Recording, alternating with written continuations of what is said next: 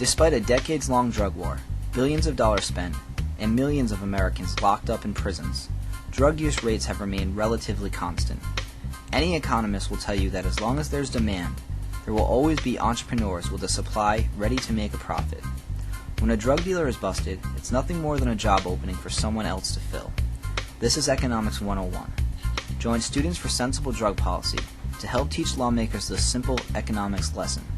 Visit www.schoolsnotprisons.com to find out more information about SSDP, if there's a chapter at your school, or how to start one.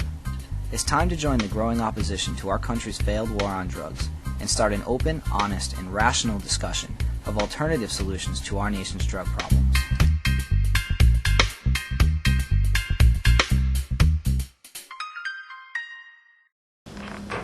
He's going to give a presentation and afterwards do Q&A. So while he's talking, think about questions and stuff that you're interested in that you want to ask afterwards. All right, thank you. First off, I'm really proud to be here. I've met some SSDP people last year at Kent State. There was a regional conference I was at, University of Iowa and Case Western, and I know on a night like tonight you guys would probably think of 100 things you'd rather be doing than sitting here listening to this guy drone on about drug policy. I'll tell you a little bit about how I got here. When I got out of graduate school here at UC, I got a job in the first methadone program, one of the first methadone programs that were being put up around the country. It was in the middle of the heroin epidemic. Vietnam was kind of winding down, and there was a big concern about service people coming back with a huge heroin problem, which didn't materialize. We can talk about that later. But I moved on from there to Council on Alcoholism, and that was a kind of neat time too, because there was money coming in from the state. So one of our jobs was to try to arrange treatment programs, services for alcoholics and their families. So we started the drop-in center, halfway houses, programs for women, tried to set up prevention programs in schools. We set up the first family intervention program, which you now see on A&E, which is a nice technique. And first services for children of alcoholics in the cities. At age 40, I decided to make a career change and went to the Cincinnati Police Academy and became a Cincinnati police officer. And I got out of the academy, and Cincinnati was in the midst, like all the rest of the city, all the rest of the country, in the midst of kind of the crack epidemic. And I worked in over the Rhine, and Winton Terrace, Northside, Camp Washington, and learned a lot of lessons about crack and drug use. Spent most of my career at the police academy. I was made commander down there. Wrote a couple books on policing, one on community policing, one on police use of force. And so any of you guys are one of the 43 people that bought either of those books. Thank you very much. At the end of my career, I got appointed to be in charge of the vice squad. And the good news is as I look around, I really don't recognize anybody here.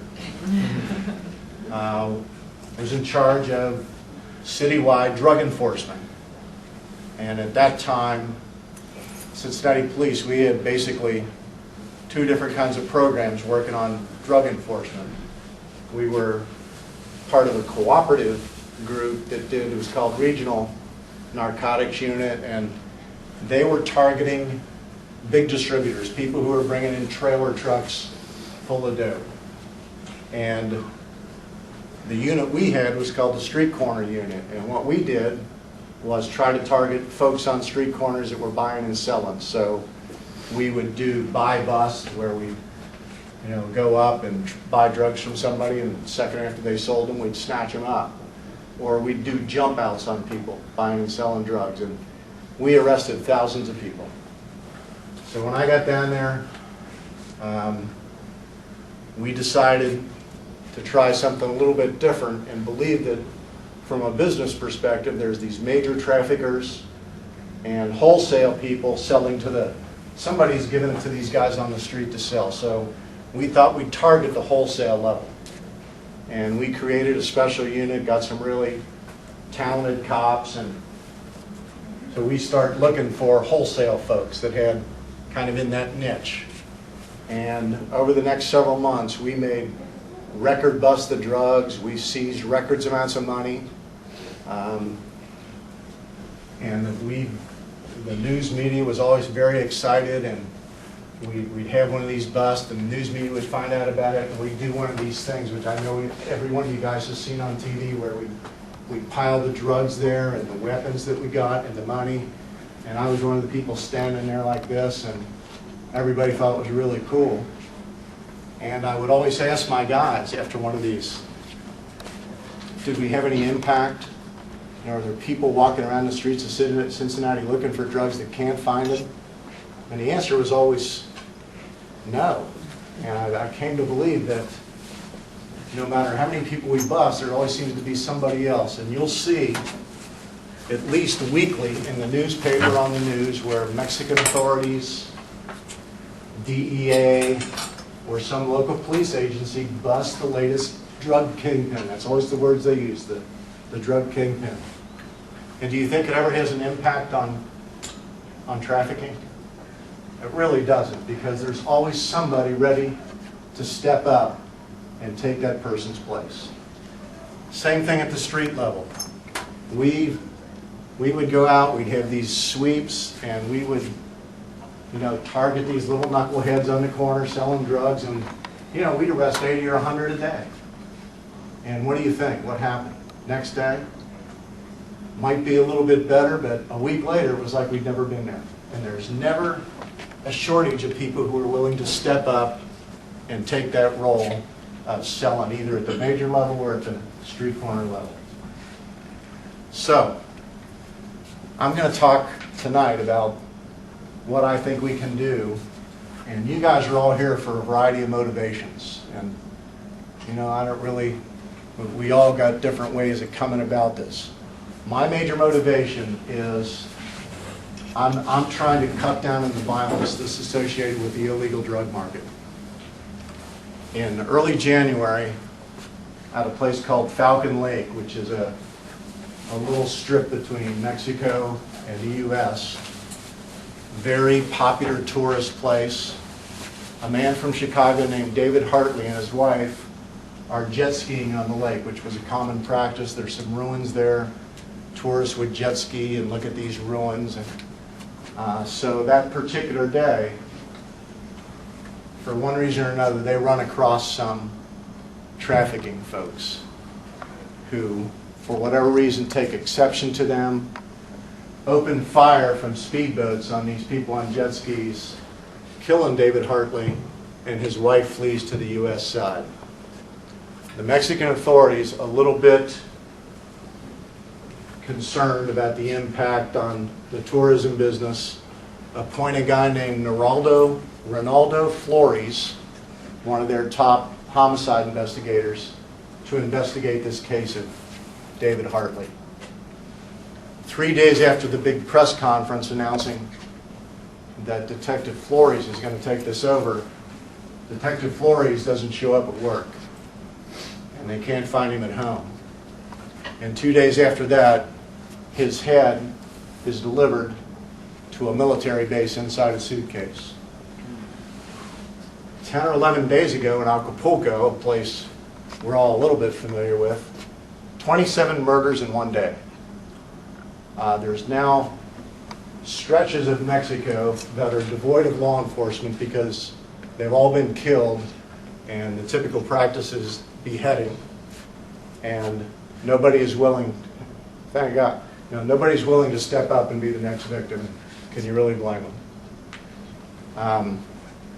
The international drug business is a $500 billion a year business, bigger than the auto industry, bigger than gas and oil combined.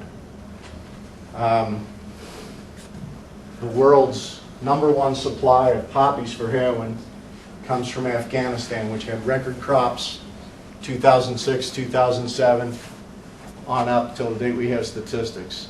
A lot of that money is going to support Taliban insurgents.